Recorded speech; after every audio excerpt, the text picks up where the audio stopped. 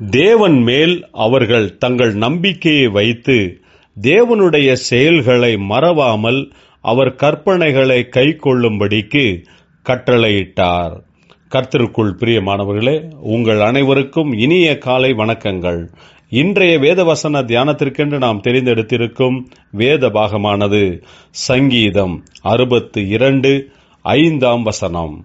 என் ஆத்துமாவே, தேவனையே நோக்கி அமர்ந்திரு, நான் நம்புகிறது அவராலே வரும். பிரியமானவர்களே, இன்றைய வேத தியானத்தின் தலைப்பு தேவனே நம்முடைய ஒரே நம்பிக்கையாயிருக்கிறார் என்பதே. சங்கீதக்காரன் தன்னுடைய வாழ்க்கையில் பல சூழ்நிலைகளை கடந்து வந்திருப்பதை விவரமாக எடுத்து சொல்லும்போது, எதிர்கால நம்பிக்கையே தனக்கு இல்லாத போது தான் தேவனாகிய கர்த்தரே தன்னுடைய கன்மலையும் உயர்ந்த அடைக்கலமுமாயிருக்கிறார், நான் அசைக்கப்படுவதில்லை என்கிறார். எந்த மனிதனும் எந்த அமைப்புகளும் நம்முடைய வாழ்க்கையை மாற்றி அமைக்க முடியாது. நாம் சோர்ந்து போய் பலனில்லாமல் இருக்கும்போது நம்முடைய வாழ்க்கையில் நம்பிக்கையையும் மாற்றத்தையும் உண்டாக்குவது தேவனுடைய கிருபையே தவிர வேறொன்றுமில்லை.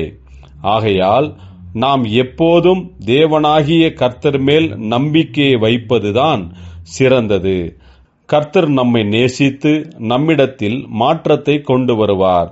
நாம் கர்த்தரை விட்டு தூரமாக போயிருந்தாலும், அவருக்கு வேதனையை உண்டாக்கும்படியாக செய்திருந்தாலும், கர்த்தர் நம்மை மறக்கவில்லை, நம்மை கைவிடவில்லை.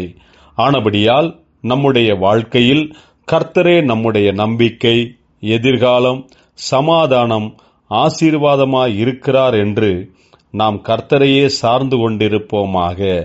ஜெபிப்போம். ஜீவனுள்ள தேவனே, நீர் ஒருவரே எங்களுடைய நம்பிக்கை. உம்முடைய வார்த்தைகளை விசுவாசித்து வாழும்படியாக நீர் எங்களை பலப்படுத்தும், ஆசீர்வதியும். இயேசு கிறிஸ்துவின் நாமத்தில் ஜெபிக்கிறோம் நல்ல பிதாவே, ஆமேன்.